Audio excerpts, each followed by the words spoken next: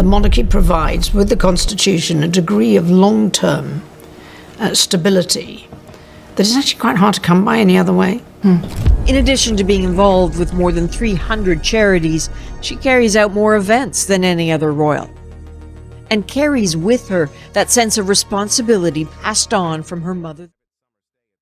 The British monarchy provides the Constitution with a degree of long-term stability that is actually quite hard to come by in any other way. In addition to being involved with more than 300 charities, Princess Anne carries out more official events than any other member of the royal family, carrying with her that deep sense of responsibility passed down directly from her mother, Queen Elizabeth II. But recently, Queen Camilla just got humiliated by the Princess Royal in the most savage way imaginable, right in the middle of planning a private summer stay at Sandringham. Princess Anne looked her dead in the eye and shut her down completely, and called her lawyers and had the exact wing Camilla had already chosen for herself legally sealed before the Queen Consort could get anywhere near it. Staff who saw it happen said Camilla was shaking with a rage and deep humiliation she could not control or hide. But Princess Anne had barely even started. What she did next left Camilla completely speechless, ensuring she had no response, no comeback, and nowhere left to turn. To understand the confrontation and what was really at stake, we must look at exactly what Camilla tried to do to and first. Camilla sent a high-level representative to the administrative office at the Sandringham estate with a very specific, secret instruction. They were ordered to find every internal usage record for the northeast private wing of Sandringham House, tracing every documented stay Anne's household had ever made in that wing over the past several decades. They were told to pull all of it and then change it. They did not delete it because deleting files would be too easy to catch during an official audit. Instead, the instruction was far more deceptive. They were to quietly rewrite each entry so that instead of reading Princess Royal Household Usage, it would read General Royal Household Usage. This meant that when anyone looked at the paper history of that wing, Anne's name would simply not be there. Her family would not exist in those records at all, and their decades of history there would have been entirely wiped out from existence. Camilla was going to make it so that when the time came for her to take over the wing, there would be no documented basis for Anne to object and no record that Anne's family had ever had any specific claim there at all. Anne would be standing at a door that the official paperwork claimed had never been hers.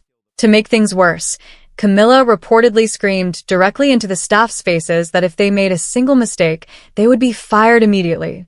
She stood over them and made absolutely certain that the fear of getting it wrong was the last thing they felt before they walked out that door. By that time, Camilla was certain Anne would be completely cornered with no way out, believing this was her world now, and she was ready to make absolutely sure and felt every inch of that newfound authority. You need to feel how cold Camilla's action truly was. Anne had not done anything to provoke this assault. She had not made any new claim on that wing. That specific area had simply always been part of how Anne's household used Sandringham for decades. It was one of those unwritten royal family understandings that nobody had ever needed to put on paper because nobody had ever questioned it, until Camilla decided to erase it completely. You see, in British estate law, if a family member has used a specific space consistently over a long period of time, and there are records proving it, that creates a recognized legal claim that nobody can simply brush aside. The only way to kill that claim is to kill the paper trail behind it, and that is exactly what Camilla was doing. She was not just planning to move into that wing for a peaceful holiday. By destroying the paper trail, Anne would lose every single legal tool she had to fight for it. That was Camilla's ultimate goal, and she almost got away with it. She came dangerously close to erasing history, but someone had been watching her. A loyal staff member who had worked at Sandringham for over 20 years, someone Camilla had spoken down to one too many times and treated like disposable furniture, decided it was time for payback. When the reclassification paperwork landed on their desk and they were asked to sign off on it, something snapped. They pushed the papers aside, picked up the phone, and made a personal call directly to Anne's private secretary. This was not done through any official channel that could be tracked or intercepted. Before making that call, this staff member had reportedly told the people closest to them exactly what they were going to do, stating that Camilla had gone too far and that somebody needed to deal with this fake queen, and it was going to be them. They picked up that phone and burned Camilla's entire plan to the ground. Anne received that shocking information on a Tuesday morning. By Thursday, her personal lawyers were fully briefed on the matter. By Monday, they had submitted a formal, binding legal filing directly to the estate's administrative office in Norfolk, completely bypassing Buckingham Palace. This detail matters immensely because Buckingham Palace is where Camilla's people sit, where information gets filtered, delayed, and quietly redirected. By going directly to the regional estate office and bypassed every layer of that protective machinery completely. What Anne's lawyers submitted was a formal document proving her household had used this specific wing consistently for decades, presenting every single piece of undeniable evidence proving it. Once that document exists in the official system, nobody can simply override it or make it disappear. Removing it would require a formal legal process that would force King Charles to take his own sister to court over his private estate, which means it would become a catastrophic public nightmare that nobody in the royal family wants to face. By the time Camilla's representative called the estate office asking for a progress update on the reclassification, it was already completely over. The filing was done.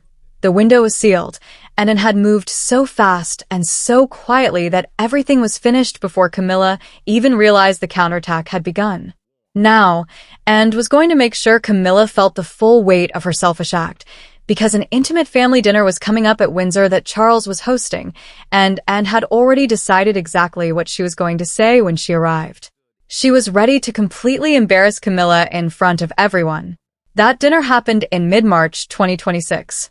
Camilla was already seated when Anne walked in, and the moment Anne stepped through that door, Camilla's face cracked for just 1 second. Her eyes went tight and sharp, like someone who had just heard a sound they were not supposed to hear. Then, just as quickly, her face went completely smooth again, composed and controlled, but the damage was already done. Everyone near her had seen the panic. Camilla had been told, and was not coming, so why was she standing there? Camilla straightened in her seat and reached for her glass, but her mind was already racing, knowing something was terribly wrong. Anne did not even look at her. She simply sat down and looked straight ahead as the lunch started. People talked, and Charles said things in that careful, measured way he speaks when he is trying to hold a fractured family together with his bare hands. Someone mentioned the palace gardens, someone else mentioned the weather, the kind of trivial conversation that exists only to fill the heavy silence, so nobody has to acknowledge the tension sitting in the middle of the table like something dead. Then the conversation paused, creating a natural gap. Everyone reached for their glass at the same time, and that was when Anne put her fork down. She looked directly across the table at Camilla, not a passing glance, but a direct look with eyes that had already decided everything. And said clearly that she was fully aware of what Camilla tried to do at Sandringham regarding those records, and announced that she had handed everything over to her lawyers, making it final with nothing left for Camilla to do about it. The silence that hit that room afterward was not a normal silence. It felt like something physical and heavy. Charles stared directly at his plate like a man who desperately needed the floor to open beneath him, while the staff near the doorway froze instantly. Every person at that table suddenly found their food completely consuming. Camilla let the silence sit for 1 beat, then 2 beats, and then she smiled.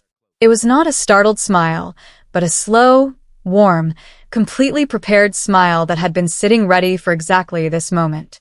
She looked at Anne almost gently and said that she was not sure what Anne meant, brushing it off as mere estate management gossip.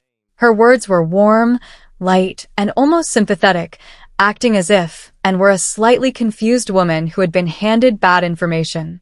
Everyone sitting at that table understood in that instant that what Camilla had just delivered was a rehearsed performance. Anne simply nodded once, did not smile back, did not respond, and returned to her plate, choosing not to look at or speak directly to Camilla again for the rest of that meal. Charles sat between these two powerful women and said absolutely nothing. The silence between Anne and Camilla for the rest of that lunch was so cold and so crushing that people who were there said it felt like sitting inside a room where something had been completely destroyed, and everyone had silently agreed not to say a single word about it. To fully grasp the magnitude of the structural warfare within the royal family, You need to understand what that targeted wing actually is and why it represents such an immense strategic stronghold. The northeast private wing of Sandringham House sits completely away from every public, monitored, and highly secured part of the main estate.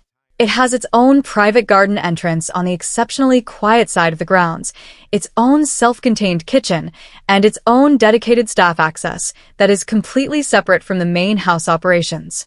Alongside this wing runs an intricate network of secondary, unpaved estate roads through the dense woods that private vehicles can use to arrive and leave without ever passing a single staff security checkpoint, without appearing in any official security log, and without leaving any modern digital record that they were ever there.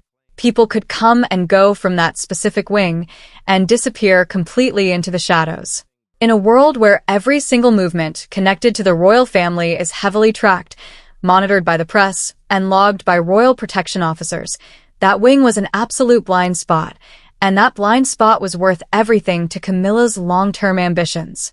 Everyone on the outside, including the mainstream media, thought Camilla had her eyes on that wing simply because she wanted a quiet, peaceful summer stay at Sandringham. On the surface, that is exactly what it looked like to the public. Sandringham closes its doors to the public every year between July and August, and King Charles heads to Balmoral in Scotland every single summer without fail, meaning the entire estate would be essentially empty, deeply private, with no king present, no official schedule, and no palace staff monitoring every single door. Word had originally reached, and that Camilla was merely planning to spend that specific window at the northeast wing as a peaceful summer retreat. But that innocent story was nowhere close to the actual truth. And knew the whole truth, and it was a very dirty, calculated one. And knows through her own deep intelligence network that Camilla has a vast network, a powerful group of highly influential people she has been cultivating quietly for decades, long before she was even considered to be queen. These people are her aristocratic friends whose names never appear on any official royal schedule or guest list. They also include former senior press contacts who have been strategically shaping how the public sees this fractured family for years, alongside political allies who sit in powerful rooms and owe Camilla major favors they have never had to repay. Anne's loyal people had been watching all of it for years. They watched calculated stories about the royal family appear in the press that always somehow made Camilla look incredibly good, while always making the specific people she wanted gone look absolutely terrible. They watched decisions get made inside the palace about senior staff appointments, about household arrangements, and about who had access to what. Decisions that nobody could fully explain logically, but that always moved absolute power in one direction, toward Camilla. And knew Camilla's network was behind all of this, and at that specific wing, these powerful people could have arrived and left through the secondary estate roads without a single institutional record that they had ever been there. But here is where it gets truly dark. Anne's people had been picking up something that went far beyond mere press manipulation and quiet influence. There were serious conversations happening, private conversations between people in Camilla's immediate circle and people connected to one very specific, monumental question. What happens to power inside the royal household when Charles can no longer hold it? Notice the question was not if, but who takes control of household decisions, which senior staff get to stay, which get removed immediately, and who sits in the rooms where the real structural choices get made when the king is no longer physically able to make them himself.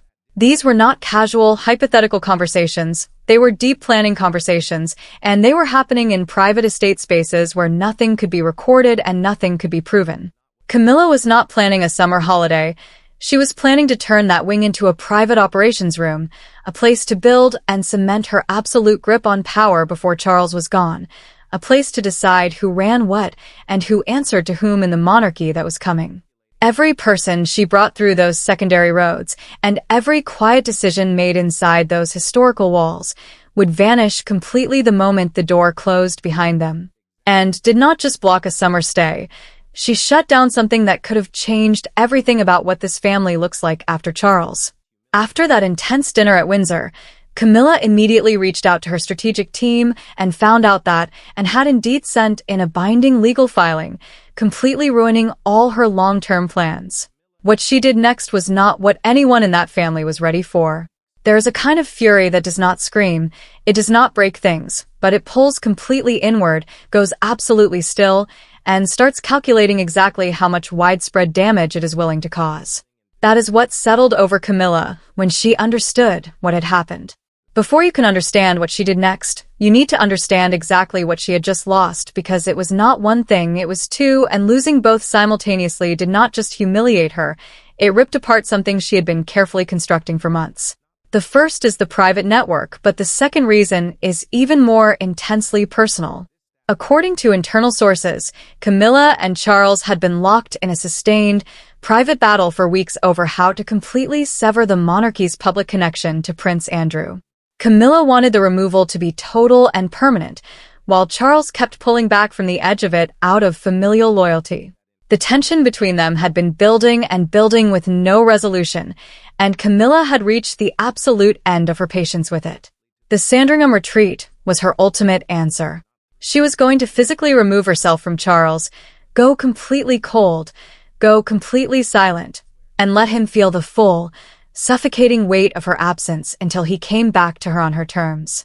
Both plans were now dead, killed by a legal filing that had been completed before she even knew it had started. Refusing to accept defeat, Camilla went straight to Charles. She walked into that room, and she stood over him like she was the one wearing the crown.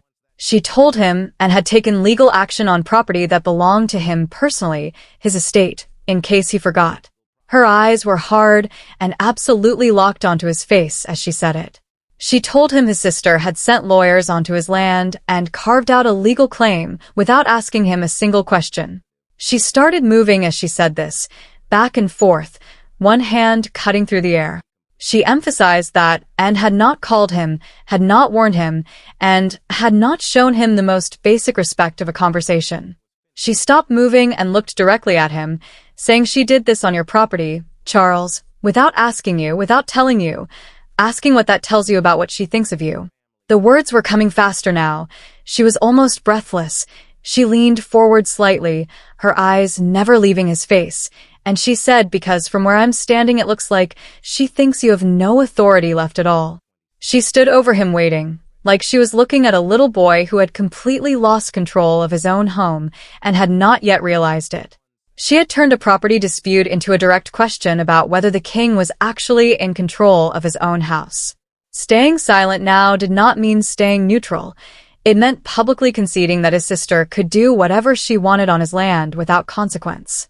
Charles only told her he needed time to think, and he never came back with an answer. Camilla waited 4 long days for King Charles to deliver a response, but the heavy silence from the king's office remained unbroken. She eventually sent a high-level message through a trusted royal intermediary, demanding to know Charles's definitive position on Anne's legal blockade, but the intermediary returned with absolutely nothing. Charles was simply not ready to act against his sister. He needed and too deeply in his life and his reign. She had shown up for him throughout his severe illness in ways he could not set aside, stepping into the public eye to carry the weight of the crown when he physically could not. Somewhere beneath all of his calculated silence, Charles understood that what Anne had done was not wrong. It was a necessary protection of the family's historical boundaries. His refusal to intervene was a silent verdict against his wife, and Camilla felt every hour of those 4 days land on her like something cold, final, and utterly crushing. Within 48 hours of receiving nothing from the king, 2 explosive things happened at the exact same time. The first move was completely invisible to the public, and it was absolutely lethal. Camilla picked up her private phone and started making targeted calls, one by one. She reached out to her extensive network, the people who attended the most exclusive private dinners in Britain, sat in the most powerful drawing rooms, and who, with just a few quiet words in the right ears, could completely destroy how someone was perceived without ever making a single public statement. She gave them one specific, toxic message to carry everywhere. She told them that Anne had not made a legitimate legal move to protect the estate. Instead, she painted Anne as a bitter, desperate, and aging woman who knew her time at the center of this family was rapidly drawing to a close and who was completely falling apart over her loss of influence.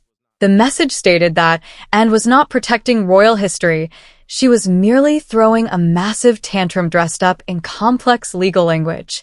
Camilla claimed that Anne's professional judgment was completely gone, her actions were an intense embarrassment to everyone around her, and that the people closest to the family were genuinely starting to worry about her fragile state of mind.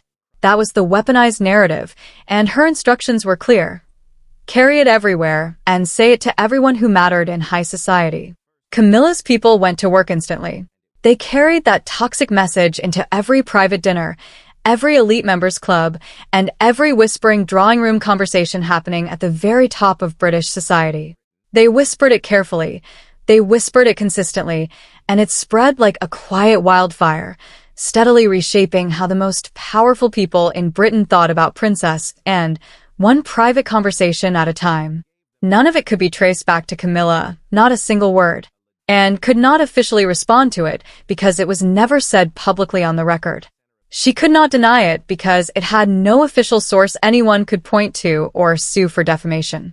It simply existed everywhere, doing its catastrophic damage silently, and there was absolutely nothing Anne could do to stop the invisible bleeding. The second move Camilla made was highly visible and deeply deliberate. She abruptly cancelled 2 high-profile joint public engagements with King Charles that had been firmly confirmed on the royal schedule for the following week. By doing this, she was showing Charles 2 things simultaneously. Through the whispering network, she was showing him exactly what she was capable of doing to his favorite sister if he continued to produce nothing to help her. And through the cancelled public engagements, she was showing him exactly what she was capable of withdrawing from him personally. Their visible unity, their public partnership, and the carefully crafted image of a functioning king and queen that the modern monarchy desperately depended on for survival. She was holding that essential partnership up so he could see its true value clearly, and then showing him the terrifying vacuum of what it looked like when she chose to pull it away. But here is where the absolute floor drops out of this royal war completely. Everything up to this point was still a contained conflict being fought inside private rooms and exclusive clubs, targeted and restricted. But what Camilla did next was none of those things.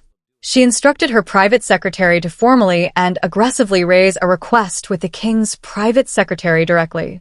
The official request was for a full, comprehensive institutional review of all private usage arrangements across every single royal estate property in the entire United Kingdom. This meant examining every informal agreement, every unwritten family understanding, every gentleman's arrangement, and every historical privilege that any member of the royal family held over any space on any royal estate anywhere in Britain. Sit with the magnitude of that move for a moment. She was no longer just fighting Anne's specific legal filing at Sandringham. She was calling for the entire traditional system that had produced it to be torn open, exposed, and examined from the ground up. Every arrangement every family member held over every private space was now in the firing line. This included Prince Andrew's quiet arrangement at Wood Farm on the Sandringham grounds itself, and Prince William and Kate Middleton's long-standing connection to Anne Mahal on the exact same estate. It targeted every quiet, unwritten, historically understood agreement that kept this family's complex private life functioning behind the scenes. Camilla would rather detonate the entire historic foundation of the royal estates than accept that Anne had beaten her inside it. If Anne's claim was going to be legally protected by paperwork, then no claim anywhere by any royal family member would be safe from government and institutional scrutiny. If everything burned to the ground, then nothing would belong to and either. She was not losing gracefully. She was not regrouping quietly. She was flipping the entire table rather than accept that one superior person at it had completely outmaneuvered her. When word of that massive, destructive request finally reached Princess Anne, she sat completely quietly with it for a long moment, showing no panic. Then, she said something that the people in her immediate office have not forgotten. She calmly stated that she had fully expected exactly this kind of nuclear retaliation from Camilla because Anne had not filed a legal document and merely hoped for the best. She had built a fortress that could withstand exactly this type of systemic assault. The flawless paper trail her lawyers had constructed over the previous weeks was not just thorough enough to survive a minor family dispute, it had been explicitly built from day one to survive a full, rigorous institutional and governmental review. Camilla had tried to erase and from the history of that wing, and she had failed completely. Camilla had tried to use the absolute authority of King Charles to override the filing, and he had stayed stubbornly silent.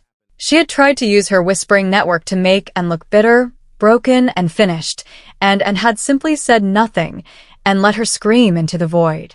And now, Camilla was threatening to burn down the entire traditional system of royal estate arrangements rather than accept a single tactical loss.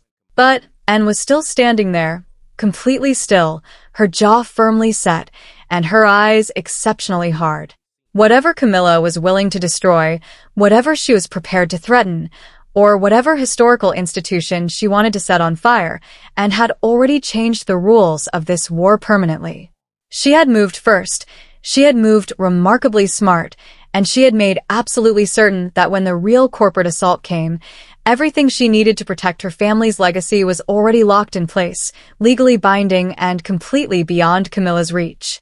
Camilla could burn whatever she wanted, but the doors to Sandringham's northeast wing were sealed forever, and the victory belonged entirely to the Princess Royal.